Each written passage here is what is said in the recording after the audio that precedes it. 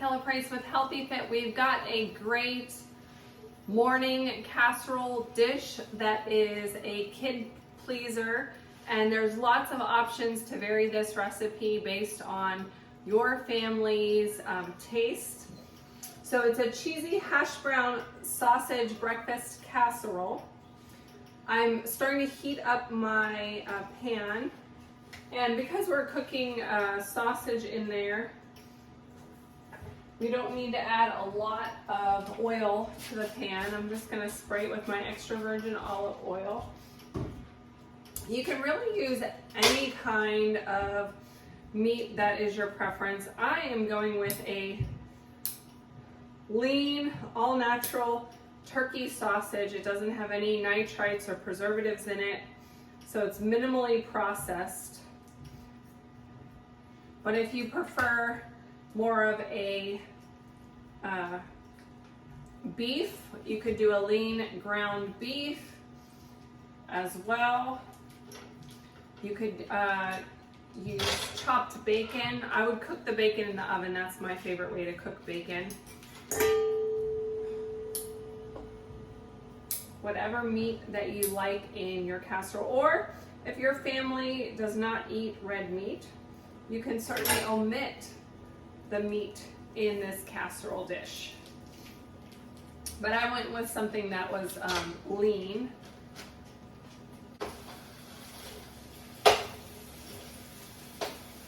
If you wanted to be a little bit more spicy, they do sell the turkey sausage. That's a hot sausage style. Or if you wanted your casserole a little bit sweeter, you could use maple sausage. Now I'm making 2 casseroles here, so that's why I have so much meat. So I'm doubling the recipe today.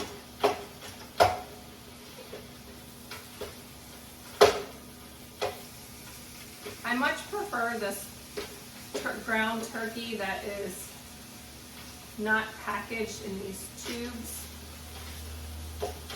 I think it makes it easier for cooking so you don't have to chop it up so much. I'm going to saute this until it is almost completely brown.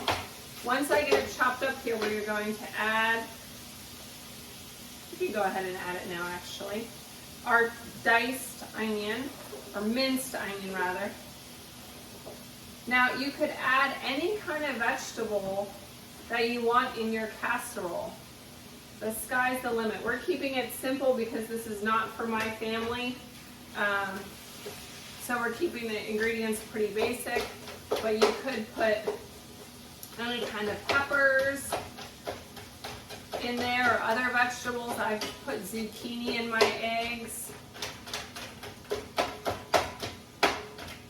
You could put some spinach or kale chopped up real fine. Like I said, really whatever you have available. I like to clean out my refrigerator when I'm cooking eggs and see what I have. What do I have that I can put in there? Mushrooms, onions, green peppers, tomatoes.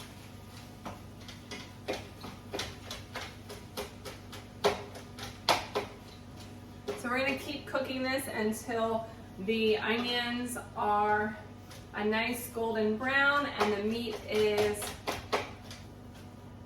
no longer pink. While our meat is sauteing, we can start cracking our eggs. The recipe calls for 4 eggs per casserole. And I guess it really depends on how many eggs that your family is going to eat, how big your casserole is going to be. I'm a big protein eater. I could probably eat 4 eggs myself, actually. So we might put a couple more eggs in extra. You could also omit the egg yolk and do egg whites for a lower fat alternative. Don't you hate it when you get the shell in with their egg? Nobody wants a crunchy casserole, not from eggshells anyways. Oh, there you go again. I use organic free-range eggs.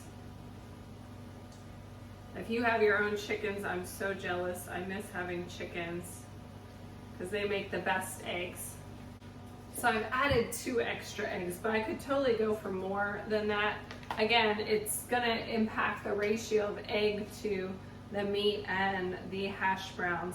One of my secrets to fluffy eggs is my Koala Moala Keto Milk. It's a coconut-based milk product. It's all plant-based, but it doesn't taste like coconut, so it's gonna not make your eggs taste weird. So we're gonna put the 2 cups of milk in there. You can use any milk as long as it's not a flavored milk. Like almond milk would probably not be a good choice, but anything that doesn't have any flavor is great. We're gonna add some salt and pepper to our mixture, and then use the balloon whisk to whisk it up until it's nice and mixed.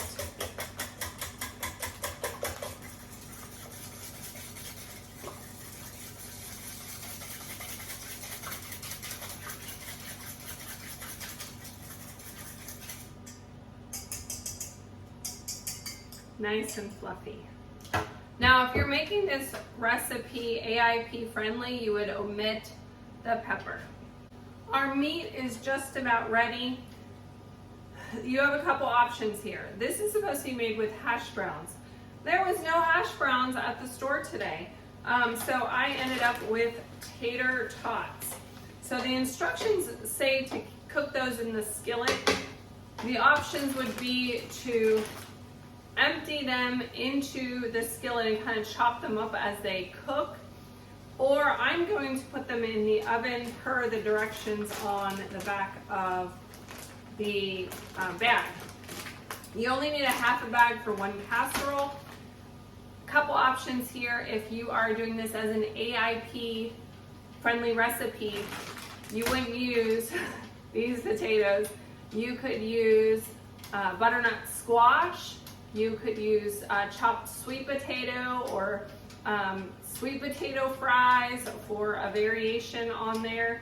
Some other option for instead of the white potatoes. You could also use the Japanese white potatoes as another alternative. They're a little bit sweeter. Those are AIP friendly. So I'm going to cook the tater tots, and then we are going to layer the items into our casserole dish. We're going to grease the casserole dish, lightly grease it. I have my extra virgin olive oil spray that I'm going to spray all over my dish. This will help keep the potatoes from sticking. Then we're going to layer this as the base.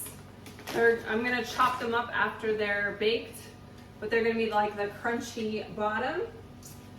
And then we're going to top with some sausage, cheese, pour the egg on top, put a little bit more cheese on it, and then we have an option. We can either put it in the refrigerator for later, or we can bake it immediately. It's going to be baked at 35 to 40 minutes at 350.